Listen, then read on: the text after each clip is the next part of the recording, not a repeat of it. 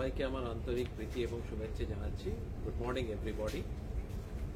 তো আজকে আমাদের যেটা ওরিয়েন্টেশন প্রোগ্রাম আমরা করছি, সাবজেক্ট স্পেসিফিক ওরিয়েন্টেশন প্রোগ্রাম, তার আজকে দ্বিতীয় সাবজেক্টটা হচ্ছে, তো সেটা হচ্ছে আমাদের HDRM। এটা নতুন নাম হয়েছে, আপনারা জানেন, এটা হচ্ছে human development and resource management. তো এই নামটা নতুন হয়েছে। তো আপনারা সবাই জানেন, অবহিত আছেন যে আমরা সেমিস্টার সিস্টেম 2024-25 শিক্ষাবর্ষ থেকে ক্লাস 11-এর জন্য শুরু করলাম, এবং যেটা 12-এ হবে 2025-26 শিক্ষাবর্ষ থেকে।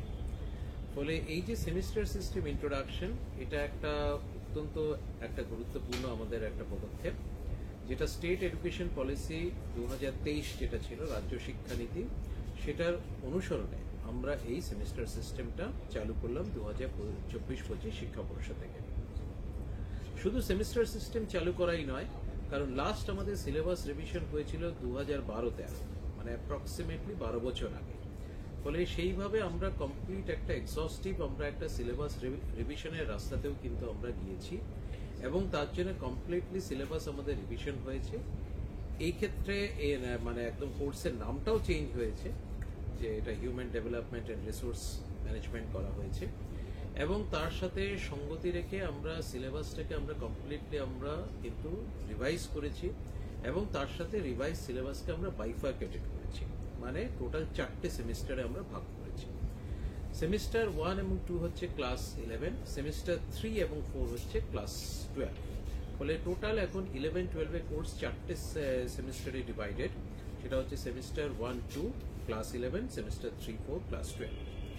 এবারে এই যে টোটাল যে সেমিস্টার ওয়াইজ যেটা বাইফার্কেশন হলো, সেটা কিসের ভিত্তিতে হলো, কিভাবে হলো, এখানে আমাদের HDRM এর যারা এক্সপার্টরা রয়েছেন তারা সেটা খুব ডিটেইলি এক্সপ্লেইন করবেন আমার ঠিক বক্তব্যের পর।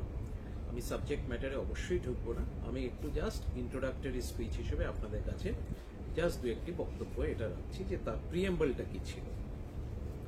ফলে আপনারা জানেন যে অলরেডি আপনারা অবহিত আছেন যে আমাদের অড সেমিস্টার মানে ফার্স্ট এবং থার্ড সেমিস্টার হচ্ছে MCQ বেসড মানে প্রশ্ন হবে। যেমন 11-এ অলরেডি যেটা ফার্স্ট সেমিস্টার, তার ডেট অলরেডি অ্যানাউন্সড, সেটা হচ্ছে 13 সেপ্টেম্বর থেকে শুরু হচ্ছে, এবং সেটা কিন্তু কমপ্লিটলি MCQ বেসড। এই যে মাল্টিপল চয়েস টাইপ কোয়েশ্চেন হবে, সেই কোয়েশ্চেন কিভাবে সেটিং হবে, কোন কোন পার্টিকুলার টপিক বা সাব টপিকগুলো অড সেমিস্টারে থাকছে, কোন কোন টপিক সাব টপিকগুলো ইভেন সেমিস্টারে থাকছে, এবং কোয়েশ্চেন প্যাটার্ন কিরকম হবে। আপনারা জানেন যে ইভেন সেমিস্টারে হচ্ছে SAQ মানে শর্ট অ্যান্সার টাইপ কোয়েশ্চেন এবং ডিসক্রিপটিভ কোয়েশ্চেন। ফলে অড সেমিস্টার হচ্ছে MCQ, অড মানে হচ্ছে ফার্স্ট এবং থার্ড সেমিস্টার হচ্ছে MCQ, আর ইভেন সেমিস্টার মানে সেকেন্ড আর ফোর্থ সেমিস্টার হচ্ছে SAQ এবং DQ মানে short answer type question, descriptive question. তো সেইগুলো কোয়েশ্চেন প্যাটার্ন কি হবে না হবে সমস্তই আমাদের যারা এখানকার এক্সপার্ট মেম্বার রয়েছেন তারা ইন ডিটেইলে আপনাদেরকে এক্সপ্লেইন করবেন। এবং সব থেকে বড় কথা, MCQ বলতে আমরা সাধারণত যেটা বুঝি, আমরা এটা জেনারেল আইডিয়া সবারই রয়েছে যে একটা প্রশ্ন থাকলে তার 4টে অল্টারনেটিভ ABCD, তার মধ্যে যে কোনো একটাকে চুজ করতে হবে। কিন্তু কাউন্সিল MCQ বলতে শুধু ওই একদম স্ট্রেট ফরওয়ার্ড MCQ কিন্তু সবসময় যে সেটা সেট করতে হবে, নট নেসেসারি। এটা সাবজেক্ট স্পেসিফিক একটু ভেরিও করতে পারে, সেখানে ফিল ইন দ্য ব্ল্যাঙ্কস থাকতে পারে, কলম ম্যাচিং থাকতে পারে, অ্যাসার্টিভ রিজনিং থাকতে পারে, কেস স্টাডিজ থাকতে পারে। তো এগুলো আমরা কিন্তু একটা নোটিশে দিয়েছিলাম, এখানে যারা এক্সপার্ট মেম্বার আছেন তারা সে দরকার হলে সেটা কিন্তু ইন ডিটেইল কিন্তু তারা সেটা ডিসক্রাইব করবে। ফলে আপনারা জানেন যে প্র্যাকটিক্যাল বেস সাবজেক্টের ক্ষেত্রে 80-20 থাকে, প্র্যাকটিক্যাল বেস সাবজেক্টের জন্য 70-30 থাকে, 70 হচ্ছে প্র্যাকটিক্যাল, সেটা দুটো সেমিস্টারে 35-35 করে ডিভাইডেড হচ্ছে অড আর ইভেনে। প্রজেক্ট বেস সাবজেক্টের ক্ষেত্রে 80-20 থাকে, সেই প্রজেক্ট বেস সাবজেক্টের থিওরিটা ডিভাইডেড হচ্ছে 40-40 করে, আর প্রজেক্ট হচ্ছে 20। আর প্র্যাকটিক্যাল বেস সাবজেক্টের ক্ষেত্রে 35-35 করে অড আর ইভেনে ডিভাইডেড হচ্ছে, প্র্যাকটিক্যাল হচ্ছে 30। তো সেরকম ভাবেই হচ্ছে টোটাল সমস্ত সাবজেক্টগুলো প্র্যাকটিক্যাল এবং প্রজেক্ট বেস সাবজেক্টগুলো চলবে। এবং টোটাল আপনারা জানেন যে মানে যে টোটাল যেটা আগে যেটা মানে যে পার্টিকুলার টাইমটা থাকতো সেটা হচ্ছে 3 ঘন্টা 15 মিনিট, 3 ঘন্টা 15 মিনিটের মধ্যে অড সেমিস্টারে আমরা দিচ্ছি 1 ঘন্টা 15 মিনিট, মানে হচ্ছে বেসিক্যালি 75 মিনিটস। আর ইভেন সেমিস্টার যেহেতু এসএকিউ এবং ডিকিউ থাকছে, মানে short answer type question, descriptive question, তার জন্য আমরা দিচ্ছি 2 ঘন্টা।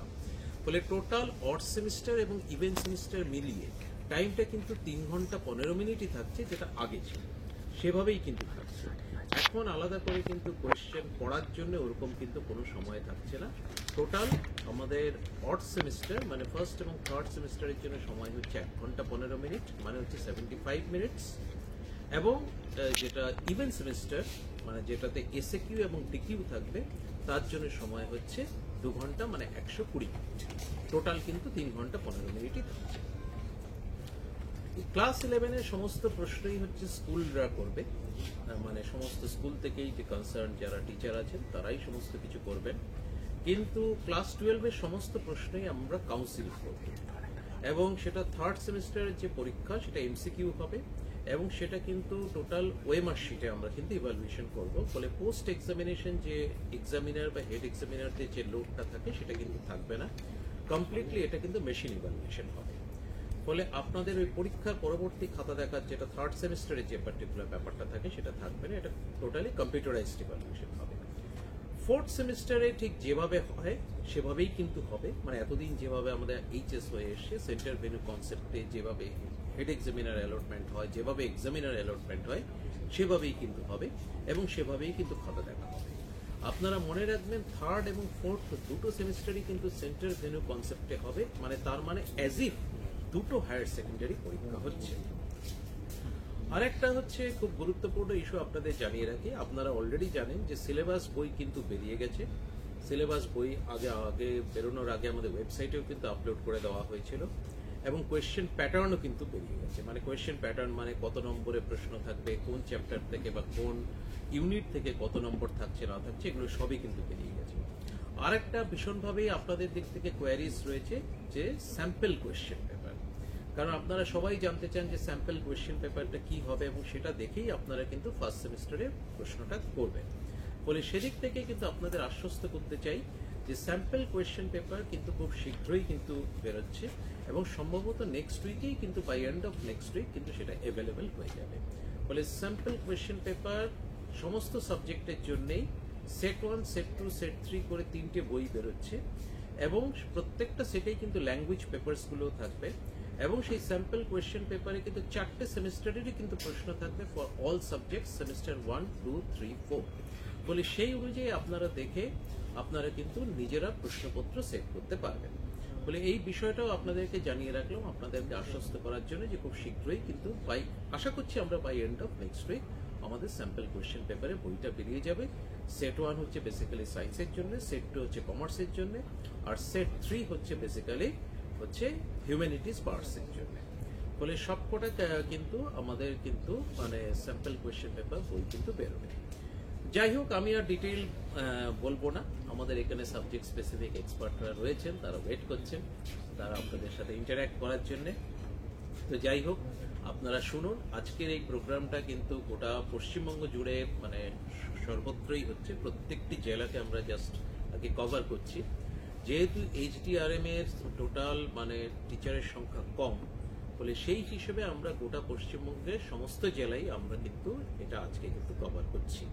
ফলে আপনারা অনেকেই কিন্তু পশ্চিমবঙ্গের বহু জায়গা থেকেই আছেন, প্রত্যেকটি ডিস্ট্রিক্ট থেকেই আছেন, এবং এখন আজকে খুবই বৃষ্টি হচ্ছে, অনেক জায়গাতে হয়তো নেটওয়ার্কের সমস্যাও কিছু কিছু ক্ষেত্রে থাকতে পারে, কিন্তু আপনারা এটা দেখুন।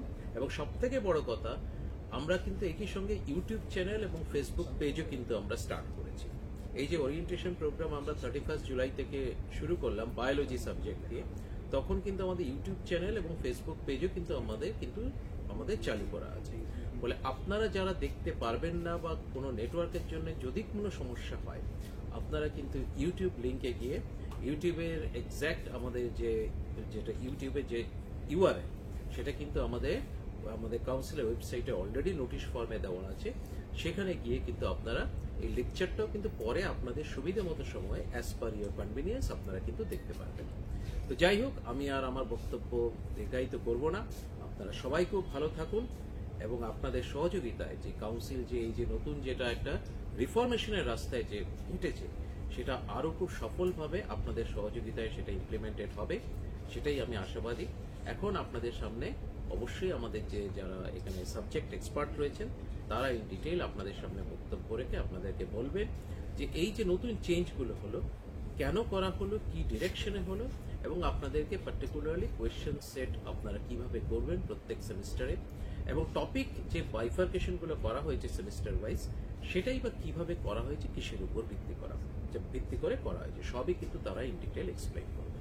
যাই হোক, থ্যাংক ইউ, আপনাদেরকে আমার আন্তরিক শুভেচ্ছা জানাচ্ছি এবং আপনাদের সহযোগিতায় কাউন্সিল আরো ভালোভাবে এগিয়ে চলবে এই আশা রাখি। Thank you very much.